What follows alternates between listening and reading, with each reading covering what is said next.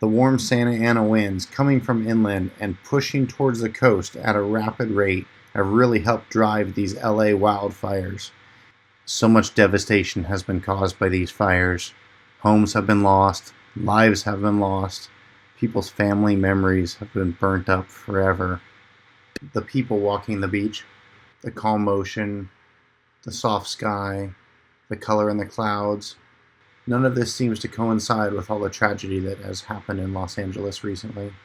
The beauty of a smoky sunset from San Clemente Pier seems surreal as all this is going on in LA.